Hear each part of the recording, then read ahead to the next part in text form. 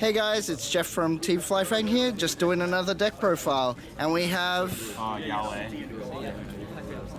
And what did you play today? I play blue-white control, best deck. Blue-white. You either play the deck or you play to beat it. I think it's standard, everyone knows.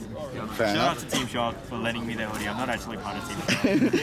They're my New Zealand mates. I slept over at their place. The couch is terrible. It was like half my body length and it's like, oh my god, it's terrible. And I had like 5 hours of sleep every night. But yeah, I got there eventually.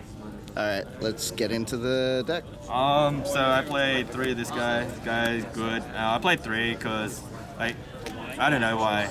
People just tell me to play 3. I always side 1 out because that's like the first card you side out.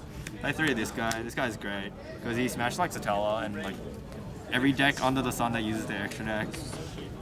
2 of this guy. I'd play 3 if I could. Can't afford a 3rd one. Played 2 of this guy. Yeah, I've played 2 ever since the deck came out, and I don't know how to play with 1. And yeah, I've always played knowing that I had 2 in my deck. Played 1 of this guy. I actually got game lost at National because the night before when I was writing my deck list, I didn't write Trish until the end because I was deciding how many I wanted to play.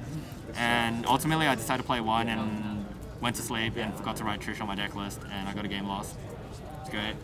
Played 1 of this. She was the best. She was like really good because at Nationals, I played Secret Village, and if you Secret Village with this, you just win. I was like on the Secret Village train before people knew. So that's a blue. This is the white. Played 6 of these guys.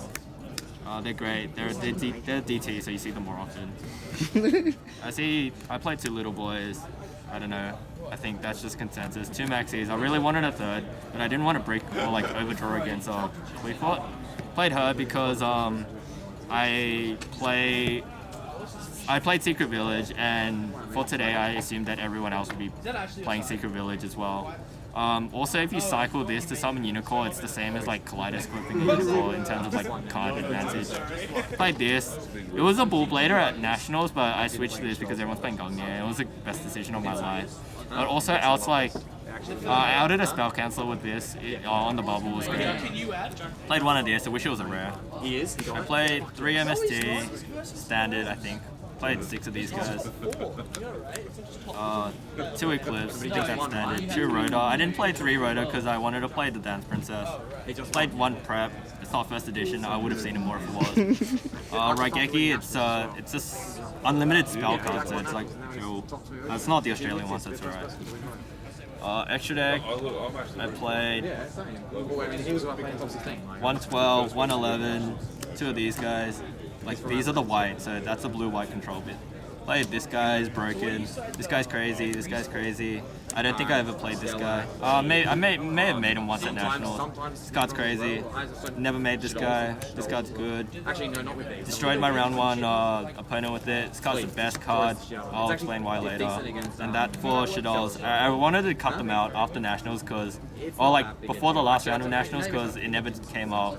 And it allowed me to play like 101, 103 or King Gorgon. But then my last round was against Shadows, and I was like, thank God I played it. And then the night, I decided to play this as well because it was crazy. For side, play this because my theory was that with this format, no matter how good you are at playing Nekroz, the mirror match is ultimately 50-50 because like sometimes they're gonna Jin lock and you can't out it, or they have the Jin lock and you out it and you win.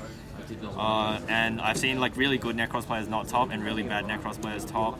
So I think that cookie cutter builds can't get too far, so you just have to blow them out. That's one of the blowout cards. Played 1 as a like, it would be 2 Lancia, but I played Mirror instead. These cards are the best cards ever.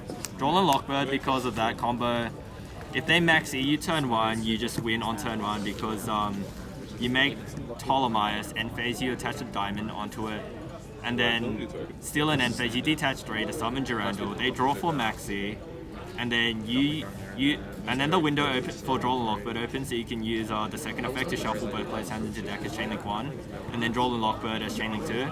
So we both shuffle our hands into our decks, and neither player draw any cards, but I would have set my spells, and you're top decking while I have a 2/4 beat stick on the field.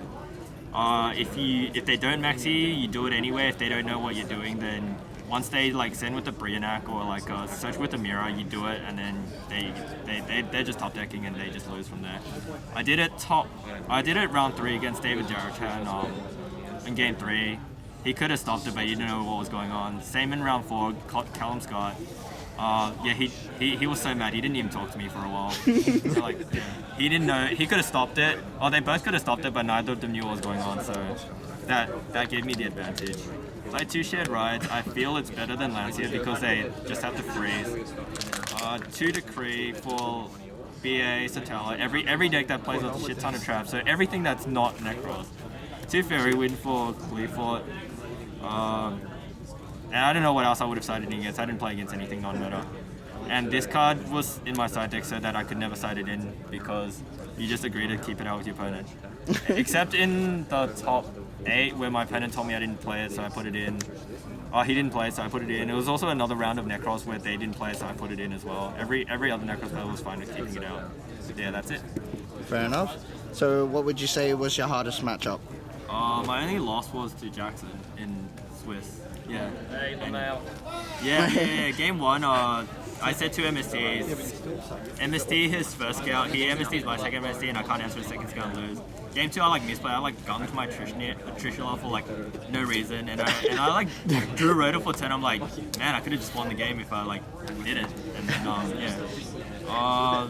I drew with my last round opponent.